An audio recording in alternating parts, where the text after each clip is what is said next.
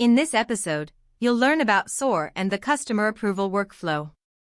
Open the SOAR Approvals tab. This is where you review automatic proposals from the SOAR engine and decide whether to execute.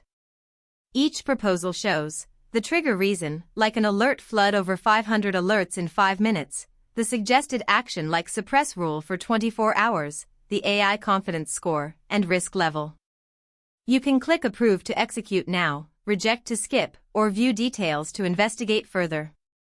VRadar's SOAR engine differs from traditional SOAR in that it always requires customer approval, never auto-runs everything. This ensures change control compliance and keeps you in full control. Proposals also push to Telegram with quick approve buttons, enabling response from your phone when the dashboard isn't handy.